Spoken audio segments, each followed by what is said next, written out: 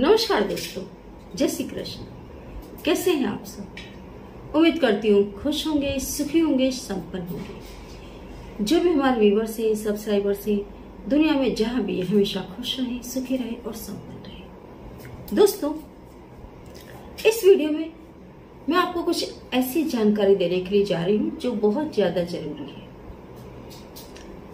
हम सबके घरों में तुलसी माता विराजमान रहती है। सभी के आंगन में तुलसी का पौधा होता ही है और ये बहुत ज्यादा जरूरी भी है। घर आपका तब तक संपूर्ण घर नहीं माना जाता जब तक आपके दरवाजे पर, आपके आंगन में तुलसी ना लगी हो। तुलसी घर को परिपूर्ण करती है। तुलसी माता यदि आपके दरवाजे पर है तो आपके घर में नेगेटिव एनर्जी का वास नहीं होता। दूसरा, आपके घर में माता लक्ष्मी हमेशा आती रहती है। हाँ, कई घर ऐसे होते हैं जहां पर ये बताते हैं, जब हमारे सब्सक्राइबर्स फोन करते हैं कि हमारे दरवाजे पर तुलसी माता है, लेकिन उसके बावजूद भी हमारे घर में नेगेटिव एनर्जी है। तो वजह उसकी बहुत सारी होती है।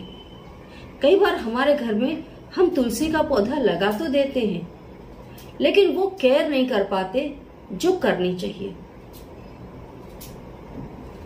सबसे पहले तो मैं आपको बताऊंगी, यदि तुलसी का पौधा आपके घर में दक्षिण दिशा में लगा हुआ है तो उसे तुरंत उठा करके आप अपने घर की उत्तर दिशा में लगाएं, पूर्व दिशा में लगाएं या फिर ईशान कोने में लगा दें। दक्षिण दिशा में लगी हुई तुलसी घर में तबाही ले आती है। तमाम प्रकार की नेगेटिव एनर्जी आपके घर में आएंगी, आपका प्रोग्रेस नहीं होगा, शत्रु हमेशा आपके ऊपर हावी रहेगा।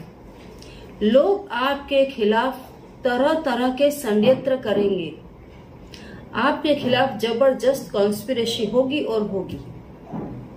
आपके होते हुए काम अटकने लग जाएंगे यदि आपने तुलसी माता को दक्षिण दिशा में रखा है।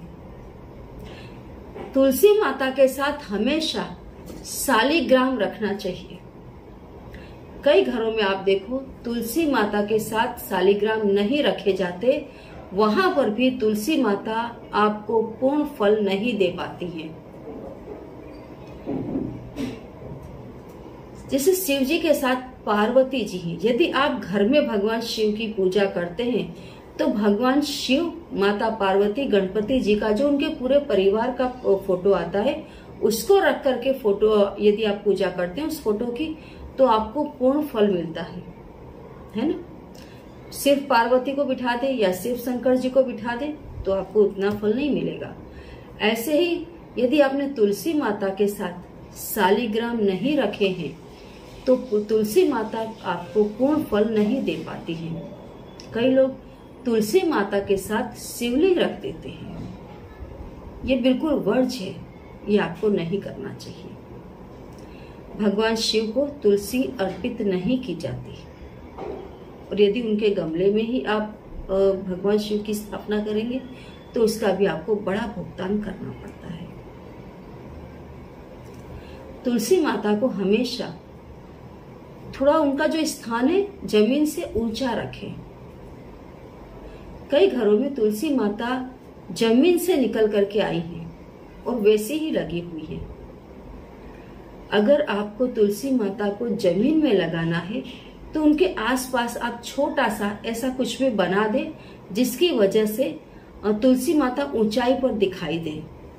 जैसे छोटा सा आप ईंटों का चबूतरा बनवा दे, ऐसा कुछ भी बनवा दे जिसके ऊपर आप तुलसी माता को, जिसके ऊपर आप दीपक रख सके, अगरबत्ती रख सके, पुष्प वगैरह रख सके और तुलसी माता की पूजा आप ढंग से कर सके।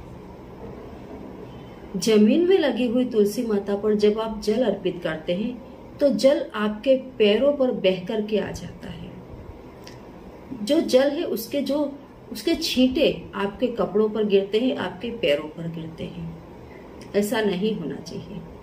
तुलसी माता को जल देते समय आपको ध्यान रखना है, तुलसी माता का स्थान आपको थोड़ा ऊंचा रखना है ताकि जो जल आप तुलसी माता को अर्पित करते हैं वो बह करके आपके पैरों पे ना लगे, ना ही छींटे उड़ करके आपके पैरों पर गिरे।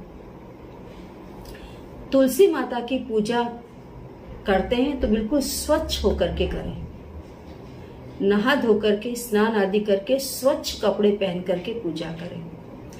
कई बार महिलाएं कपड़े स्वच्छ नहीं पहने, जैसे स्नान कर लिया, उसके बाद में घर के 2-4 काम भी कर लिए, उसके बाद में लोटा लेकर के मंदिर में जाते हैं, तुलसी माता की पूजा करते हैं। मेरा आंखों देखा किस्सा है। ऐसा नहीं करना चाहिए। ऐसा करके आप पाप के भागी बनते हैं। मंदिर में भी यदि आप जा रहे हैं दर्शन करने के लिए, हाँ दूर से खड़े होकर के दर्शन कर रहे हैं तो अलग बात है, लेकिन जैसे आप शिवालय में जा रहे हैं, पूजा कर रहे हैं, उनकी अर्चना कर रहे हैं, तो आपको नहाने के तुरंत बाद ही घर से निकल जाना चाहिए। ये नहीं है कि आप तमाम प्रकार की छुआछूत कर दें उसके बाद में आप मंदिर में जाएं। तमाम प्रकार की छुआछूत करने के बाद आप तुलसी माता को टच करें, उन्हें आप जल वगैरह अर्पित करें, नहीं। स्नान के तुरंत बाद ही आपको इस क्रिया को कर लेनी चाहिए। तुलसी माता को जल वगैरह देते समय पैरों पे चप्पल नहीं होनी चाहिए। कई लोग तुलसी माता को प्रणाम करते हैं और पैरों से चप्पल नहीं उतारते, ये नहीं करना चाहिए। तुलसी माता हो या पीपल का पेड़ हो, कोई भी शुद्ध पवित्र स्थान पर बैठकर कभी किसी की निंदा नहीं करनी चाहिए। तुलसी के पास, पीपल, बरगद के पास, बिली पत्र के पेड़ के पास बैठकर यदि आप चुगली करते हैं, निंदा करते हैं, तो उसका पाप हजारों गुना ज्यादा बढ़ जाता है। जो पवित्र जगहें हैं वहां हमेशा शुद्धता पूर्वक ही अपने आप को आप रजू करें, शुद्धता पूर्वक ही बैठें। कभी भी जैसे आपने नॉनवेज वगैरह खा रखा है या आपने छू रखा है ऐसी चीजों को, कभी भी ऐसी चीजों को टच करके आप तुलसी माता को टच ना करें। कभी भी पीरियड्स में है आप, घर में सूतक लगा हुआ है, तो भी तुलसी माता को उस समय आप बिल्कुल भी टच ना करें, वरना आपके घर की तुलसी मुरझा जाती है। यदि आप बार बार घर में तुलसी का पौधा लगा रहे हैं और नहीं लग रहा है, सूख जाता है, तो समझ जाइए आपके घर में जबरदस्त कोई नेगेटिव एनर्जी का वास है। तो आप उसकी विधि करवाएं। ये जो संकेत तुलसी माता देती है उससे तुरंत पता चल जाता है कि कोई ना कोई नेगेटिव एनर्जी है। यदि आपके घर में लगी लगाई तुलसी सूख जाए खड़े खड़े तुरंत ही, या फिर जैसे लंबे समय से आपने तुलसी माता लगा रखी हो, बिना कारण के तुलसी माता सूख जाती है, तो समझ जाइए आपके घर में मृत्यु तुल्य कोई दुर्घटना घटने वाली है। ये तमाम चीजें दोस्तों आपको संकेत देती हैं कोई न कोई बुरा, कोई न कोई बुरी घटना आपके साथ घटने वाली है, कोई बुरा समय आपका आने वाला है।